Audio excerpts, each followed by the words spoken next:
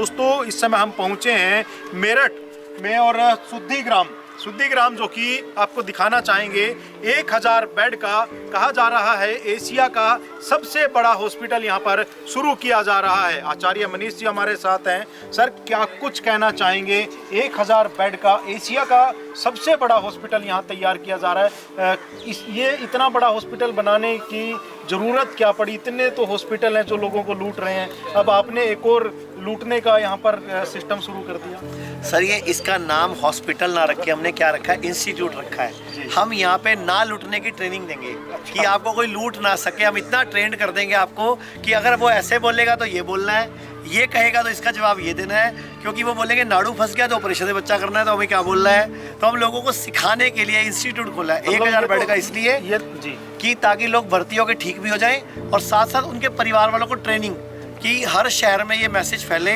दुनिया तक मैसेज जाए कि अपना डॉक्टर खुद बन सकता है इंसान। तो किडनी फेल हो, लीवर फेल हो, थैलीसीमिया या कैंसर, जिसके नाम पे इंसान लुटता है, जिसके नाम पे इंसान गरीब हो जाता है, घर बिक जाता है, मकान पर कर्जा चढ़ जाता है, सोना बेचना पड़ जाता है लोगों को, कई लोगों को और भी पता नहीं क्या क्या नुकसान होता है।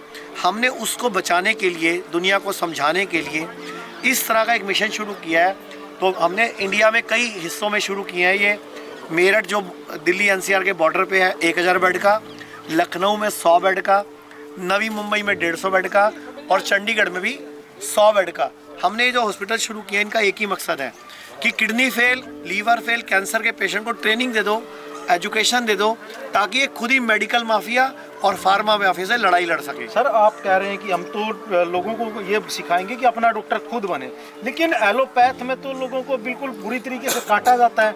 वो तो कहते हैं डरा के पैसे लिए जाते हैं इस बीमारी में, आप तो बस 5 मिनट और लेट हो जाते तो मर गए थे।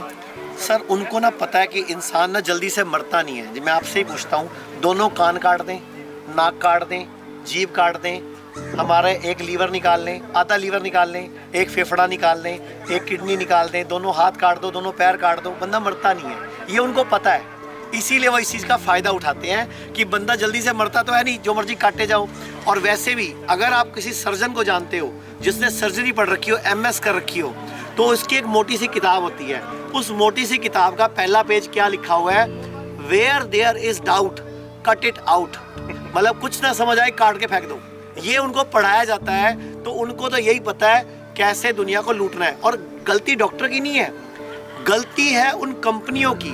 लालची वो कंपनियां हैं जो डॉक्टरों को ऐसे पढ़ाती हैं, ऐसा एनवायरनमेंट क्रिएट करती है कि उनको लगता है हम सही कर रहे हैं, जबकि उनको नहीं पता वो उनके एजेंट है। जैसे लादेन है, जब लादेन ने दुनिया को सिखाया कि तुम जाके बिल्डिंग को फोड़ देना, तो उनको तो क्या लगा हम देश का काम कर रहे हैं, हम अल्लाह का काम कर रहे हैं। उनको ऐसी ट्रेनिंग दी गई ना।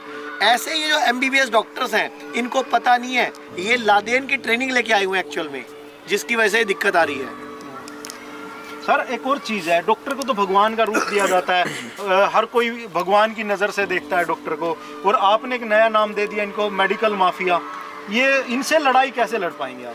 हमने क्या किया, इनके से लड़ाई लड़ने के लिए, इनके कपड़े फाड़ने के लिए इन्हीं के बंदे ले लिए। अच्छा। हमने इन्हीं के बंदे जो इनकी पैथी से परेशान हो चुके थे। मैं चाहूँगा पीछे फ़ोटो दिखाना, ये पीछे 5 फोटो लगी हुई है। एक मेरी, ये डॉक्टर अवधेश पांडे हैं, ये खुद MBBS MD हैं। ये डॉक्टर अमर सिंह आज़ाद है, ये MBBS डबल MD हैं। ये डॉक्टर खादर वली है, फूड साइंटिस्ट हैं। ये डॉक्टर बिसरूप राय चौधरी हैं, PhD डायबिटीज़ हैं। तो हमने अपनी जो टीम तैयार की और ऐसे हमने कुछ एडवोकेट लिए अपने साथ, कुछ बड़े बड़े लोगों को साथ जोड़ लिया। हुआ क्या कि इनके कपड़े हम इनसे बढ़वाते हैं, तो जो भी मेडिकल की बात करते हैं, साइंस की बात करते हैं, इनको आगे कर देते हैं। सर अभी आपने एक नाम लिया विश्वरूप चौधरी का, ये कहते हैं कि शुगर को जड़ से ख़त्म किया जा सकता है, जबकि एलोपैथ में कहा जाता है कि उसको ख़त्म नहीं किया जा सकता, सिर्फ कंट्रोल किया जा सकता है। शुगर को जड़ से किया जा सकता है, लेकिन वो कौन कर सकता है?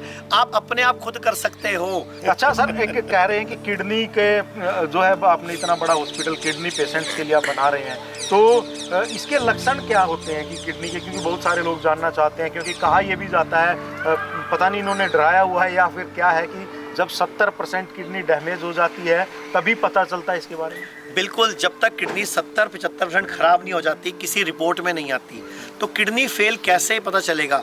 अगर आप लंबे समय से BP की दवाई खा रहे हो, अगर आप लंबे समय से शुगर की दवाई खा रहे हो, अगर आप कोई भी पेन किलर खा रहे हो, अगर आपने बुखार को उतारने की दवाइयाँ बहुत तेज खाई हैं तो आपकी किसी की भी किडनी फेल हो सकती है। पहली बात, पता ही नहीं चलेगा, फेल हो जाएगी। इसको बोलते हैं क्रॉनिक किडनी डिजीज़, CKD। एक होता है एक्यूट किडनी डिजीज़। इसके अलावा कभी पैरों में सूजन आ जाए, आपको खारिश जैसी फीलिंग हो, खुजली जैसी फीलिंग हो, कुछ खाने के बाद उल्टी जैसी फीलिंग हो, उबाके जैसी फीलिंग हो, या पूरी बॉडी में खारिश हो जाए, या मुंह, हाथ या पैर सूज जाए, तो आपकी रिपोर्ट में क्रिएटिनिन बढ़ा आ जाए, तो इनकी भाषा में किडनी फेल है। हमारी भाषा में किडनी कम काम कर रही है, सप्रेस है, प्रेशर में है, तकलीफ में है, दुखी है। अगर आप लोग 3 भाई हो और एक भाई दुखी है तो दोनों भाई उसका गला दबाते हो कि उसकी मदद करते हो? मदद करनी पड़ती है। तो हम क्या करते हैं आयुर्वेद वाले, अगर किडनी कमज़ोर है तो बाकी सारी बॉडी के अंगों को उसकी मदद पे लगाते हैं। लेकिन ये लोग क्या करते हैं, किडनी खराब है निकाल के फेंक और दूसरी लगा, क्योंकि इनको दिखता है पैसा। अब ये क्या बोलेंगे, पहले डायलिसिस कराओ, डायलिसिस करा के जब आप दुखी जाओगे फिर कह के ट्रांसप्लांट कराओ, तो आप इस चंगुल में उलझ जाते हो और दोबारा फिर ट्रांसप्लांट फेल हो जाता है। और एक चीज़ और, हमने जो करवाया था डायलिसिस, वो क्यों करवाया था कि हमें शायद कोई इलाज मिले। इलाज नहीं है, वो सिर्फ मेंटेनेंस है। एक बार डायलिसिस शुरू हो जाए लाइफ लॉन्ग चलता है। लेकिन आयुर्वेद में, नेचुरोपैथी में हम आपको ऐसी ट्रेनिंग देते हैं, हम आपको ऐसी नॉलेज देते हैं, हम आपको ऐसी एजुकेशन देते हैं कि आपकी खुद की बॉडी ही उसको हील करना, रिजनरेट करना, रिपेयर करना शुरू कर देती है और आप ठीक होना शुरू हो जाते हो। एज फैक्टर भी इसमें होता है, क्योंकि कहा जाता है कि हालांकि 35 साल सुनने में आया था कि 35 साल के बाद ही ये सारे किडनी फेल होते हैं, लेकिन कहा जा रहा है कि अब तो यूथ का भी है, को भी दिक्कत होती है। मेरे पास 9 साल की बच्ची भी है जिसकी किडनी फेल है, 4 साल का बच्चा भी है जो नेफ्रोटिक सिंड्रोम है, 15 साल का लड़का भी है, 25 साल वाला भी है, 70 साल वाला भी है, और ये अफवाह कौन फैला रहा है 40 साल से ऊपर हो गया ये होगा? सर एक्चुअल में क्या है, इस देश में ना बोलने की आज़ादी है, भारत माता को गाली देने की भी आज़ादी है, किसी को भी गाली देने की आज़ादी है, कुछ भी झूठ भी बोलने की आज़ादी है।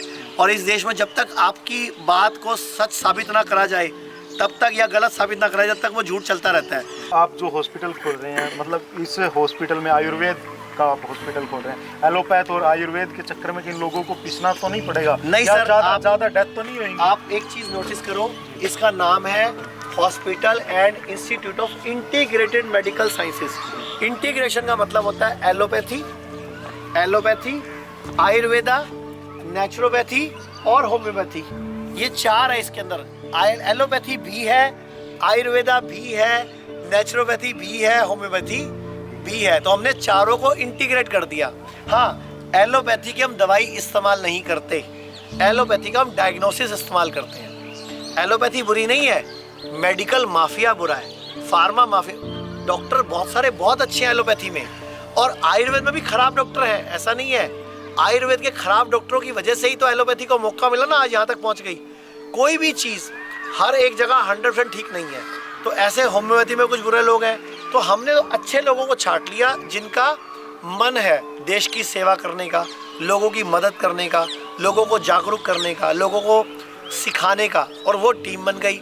और आज हमारे पूरे भारत में 4 बड़े हॉस्पिटल हैं। जहां हम खड़े हैं ये 1000 बेड का एशिया का अब तक का सबसे बड़ा हॉस्पिटल है। इसको नाम हमने शुद्धिग्राम रखा है, हिम्स का हमारा जो ब्रांड नेम है। सर क्या अपील करेंगे जो लोग आपको देख रहे हैं, वो क्यों आपसे जुड़ें, क्यों आपके हॉस्पिटल्स में आएँ?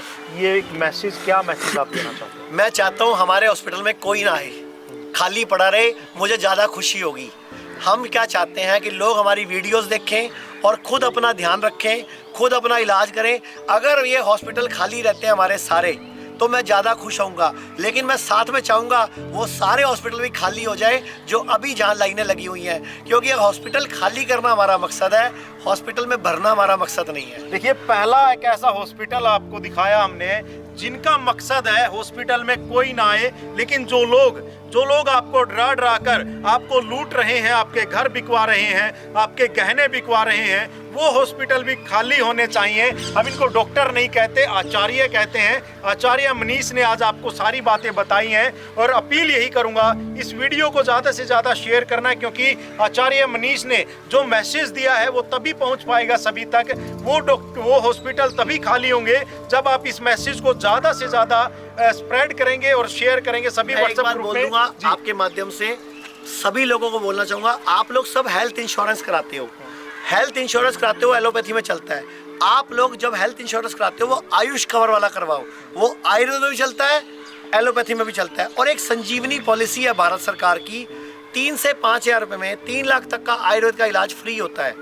आप लोग SBI की पॉलिसी कराओ तो हमारे सारे हॉस्पिटलों में आपका इलाज फ्री हो सकता है, लेकिन उसके लिए पॉलिसी आपको करानी पड़ेगी। तो एक मैं आपके माध्यम से और कहना चाहूँगा, जितनी भी सरकारें ये बात सुनेंगी, अपने सरकारी कर्मचारियों का इलाज आयुर्वेद में भी शुरू कराओ। अभी वो कार्ड बने हुए हैं, वो सिर्फ एलोपैथी में चलते हैं। और दूसरी बात, भारत सरकार ने 8 साल पहले एक योजना शुरू की थी, आयुष्मान योजना। नाम है आयुष्मान योजना, और 8 साल हो गए आयुष उसमें गायब है, आयुर्वेद है ही नहीं, वो एलोपैथी में कार्ड चलता है। तो कृपया करके हाथ जोड़ के विनती है हर सरकार से, प्रधानमंत्री जी से भी और मंत्रियों से भी, कि आयुर्वेद को भी आयुष्मान योजना में शामिल करो। अभी जस्ट पहला नोटिफिकेशन गुजरात में निकला है, लेकिन अभी उसमें फाइलें इतनी स्लो चलती हैं कि कईयों साल लग जाएंगे। और हम चाहते हैं कि हमारे जाने से पहले देश के हर कर्मचारी को, हर नागरिक को आयुर्वेद के इलाज की पहली प्राथमिकता होनी चाहिए।